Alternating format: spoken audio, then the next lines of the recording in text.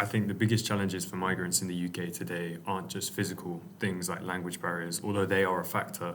I think it's more so the culture surrounding immigration in the UK currently is a bit unstable. I think some people have protested against migration, and it's made those who have just come to the country to feel unwelcome, which I think does need to change. If you could design a project to improve your local community, if I could design a project to improve my local community, it would probably be a fitness event like a park run or something, because it's nice and accessible, as in like anyone can participate. It's not discriminatory at all.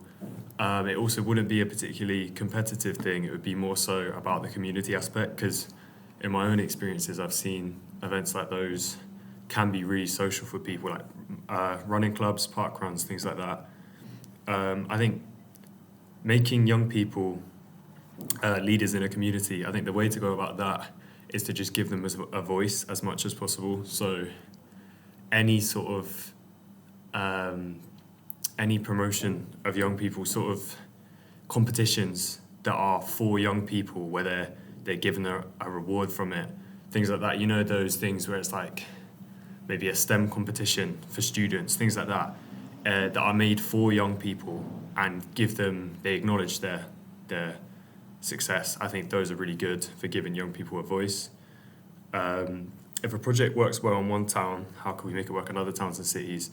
I think a lot of it is just trial and error. So if you find something that works in one town or one city, you can then scale it up or down, taking note of what made the initial project work. So maybe it's social media, Instagram, TikTok, LinkedIn, things like that. Maybe it's word of mouth. I think sometimes in some communities, if you know one person who then knows a lot of other people, getting them involved can make a real big difference.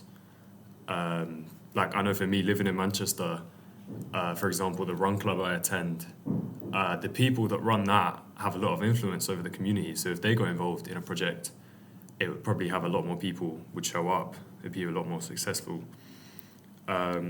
Measuring the success of a community project, I think it depends on what the goals are. You can take account of attendance, pictures, videos. They can give a good idea of the atmosphere of the event. Like you might see from videos that a lot of people showed up, or not as many people as they would have liked showed up. I think things like that. Keeping motivation. So after a project finishes, keeping people motivated and involved. I think social media might be the best way to go about it. An Instagram page that has updates, maybe even emails, like tailored emails, giving updates on the cause, whatever that may be, or the project. I think that's probably the best way to go about it is online, social media.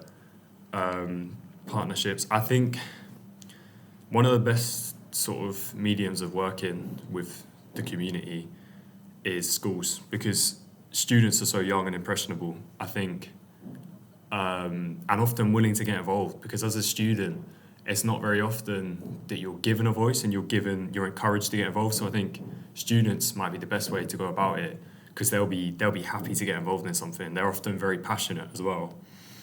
The qualities are important for someone organising community projects. I think it's really important to be ambitious and also welcoming. So the ambitious part relates to, I think you've got to aim high, shoot for the stars, and try and make it as big and as great as possible.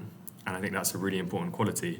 On top of that, being welcoming. If it's a community project, you want it to feel like a family, like a welcoming community. And I think to do that, you've got to be quite confident, quite outgoing, and able to welcome people in.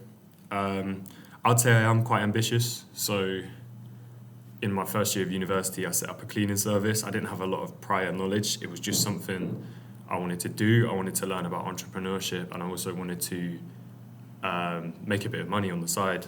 And it was successful for a period of time. I enjoyed doing it. Finally, if I could change one thing to make the UK a better place for migrants and young people, it would be the culture surrounding immigration. I think right now it's an interesting climate. I think, unfortunately, a lot of people make migrants feel like they're not welcome in the UK. I think if I could just change that attitude, because I think it's a bit too common.